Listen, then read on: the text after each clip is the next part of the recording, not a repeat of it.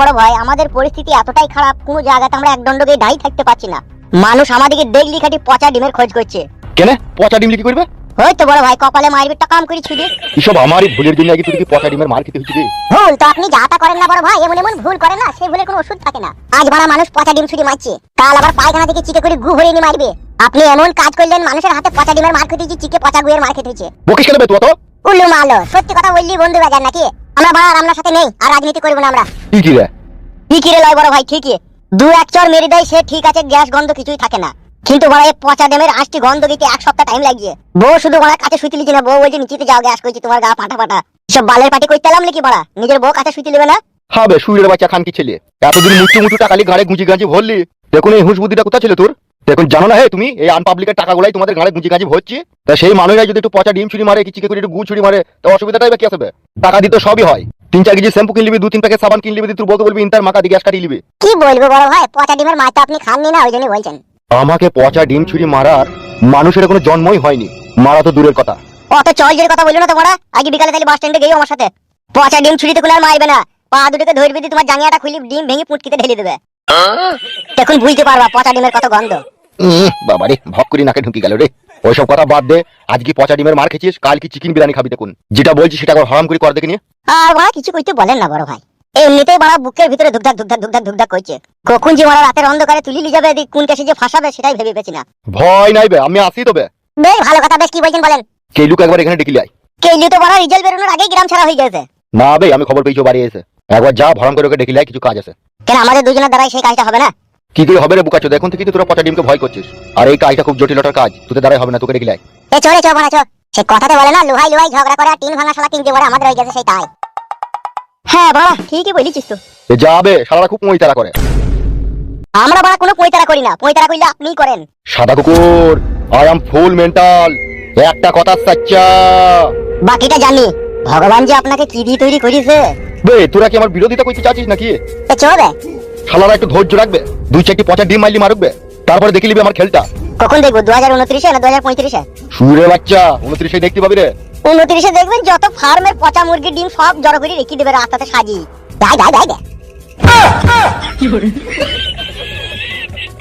এই সুরের বাচ্চা থেকে কোন দিন আমি গুলি করে মেরে দেবো দেখবি। শালা আমারই খেয়েছি, আমারই পয়সা, আবার আমাকেই ভাষণ দিচ্ছে, শালা বোকাচোদার বেটারা। তুমি কি বলছো, যাবে না তাহলে? তুমি যাও না, তুমি বুঝো না কেন বলো তো? তুমি যাও না, আমি বাড়িতে থাকছি, তুমি যাও, তুমি ঘুরে এসো না। তোমার মনের মতলবটা আমি বুঝতে পেরেছি, বাবা কোনো মতলব নাই, যাও তো তুমি। তুই শোন, তুই দুলাভাইয়ের সাথে বেশি কথাবার্তা বলবি না, তুই ঘরে গিয়ে বসবি, ঠিক আছে? আমি যতক্ষণ না আসবো। বেশ ঠিক আছে। যদি তুমি ওর সাথে কথা বলো, তোমার কপালে দেখবা খুব বিপদ আছে, দেখবা।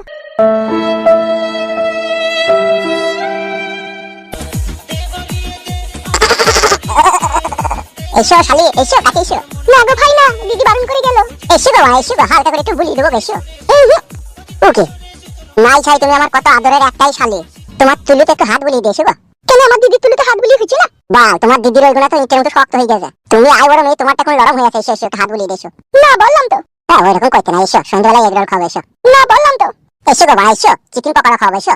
বললাম তো না। বিরিয়ানি আগে আনবে তারপরে, অত স্বার্থপর কেন গো ভাই, এসো, এই সময় কেউ নাই, এসো গো ঠিকঠাক করে বুলিয়ে দিয়েছো। বললাম তো না। তোর গোষ্ঠী লাতার মারবো শালি, তুই চিনি না তো আমাকে, আমার নাম ফুটু। তোর ওই 3 কোনা ফুটুটা না আদা লিটি জাম করে দেবো।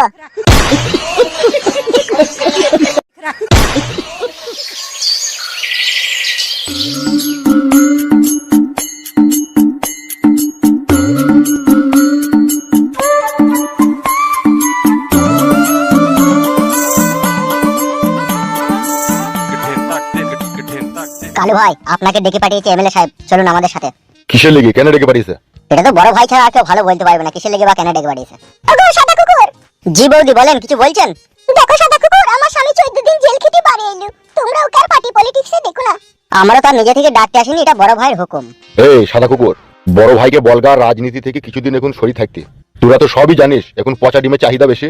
वो बात तो हमको मालूम है, लेकिन उस मादाचोद को कौन समझाएगा? वो पार्टी और पॉलिटिक्स के बिना तो एक पल जिंदा नहीं रह सकता।